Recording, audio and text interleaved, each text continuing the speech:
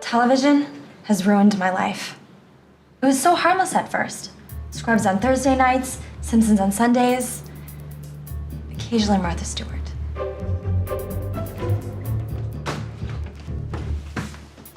That was it.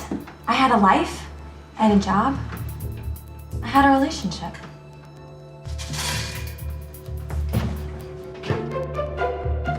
Then I got cable. It was an early Christmas present from my boyfriend. He was such a sweetheart.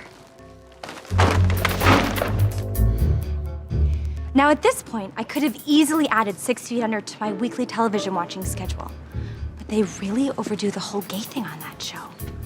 Or I could have added Sex in the City. We're talking at the most 1 or 2 extra hours of TV watching per week. But instead, on that first magical night, I turned on my cable box, sat down on my couch, waited for it to set up or line the satellites or whatever, and like a sign from heaven, that pregnant lady from Modesto disappeared. Lacey Peterson, I hate you. I had to know what was going on because I may be pregnant and married someday. What if I marry a psychopath? So I skipped out on my friend's Christmas party and stayed up all night surfing the news channels. Every time someone came into or went out of the Peterson house, it was breaking news. I couldn't look away. It was like I was right there with the searchers looking for her body. Oh, I knew she was dead. Nobody likes to admit it, but as soon as the news says someone's missing, we all say to ourselves, that person's fucking dead.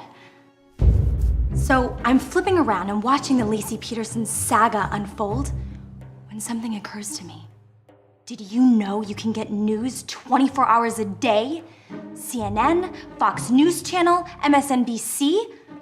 I had no idea. I was hooked. I was a regular caller on CNN's Crossfire. I have to say, I'm shocked and a little bit flattered by the media's obsession with the prospect of any harm befalling a white woman in America. Lacey Peterson, Nicole Brown Simpson, John Benet Ramsey, Lori Hacking.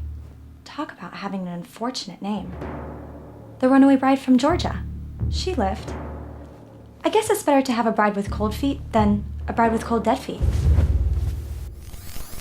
But it isn't just coverage of American genocide against white chicks that intrigues me. When the last shuttle exploded, I cried all weekend and then called in sick from work for 3 days. Then we invaded Iraq, but we're already in Afghanistan, so it was like releasing 2 movie sequels too close together. It was exhausting. I would totally do it differently the next time. For starters, invading Iraq went way too fast. I think the generals could have spread the whole thing out and made a full season out of it. Secondly, my geography sucks. And I'm not afraid to admit that, to me, Iraq and Afghanistan look exactly alike.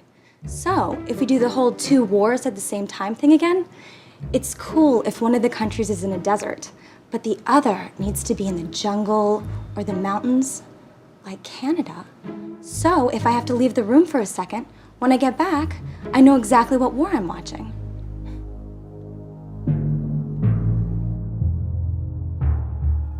Needless to say, the war on terror put a serious strain on my relationship.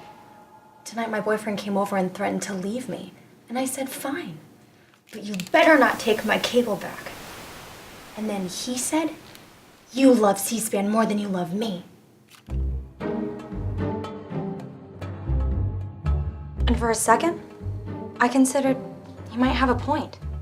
Maybe there is such a thing as too much news. Sometimes it makes me feel lost. Did you know that when the Michael Jackson jury was deliberating, we discovered a whole new planet? No one even heard about it. There's so much information, it sometimes makes me wonder if somewhere in the noisy chaos, there's more important stuff, but it gets swallowed up. And as I was thinking about this, I looked over at my boyfriend. And he was disconnecting my cable. He held it above his head, and his eyes flashed at me, and he came at me. And I started thinking about Lacey Peterson, and I was like, holy shit.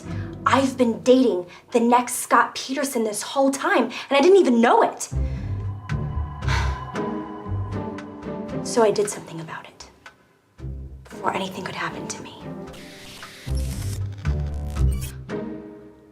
Hardball's on.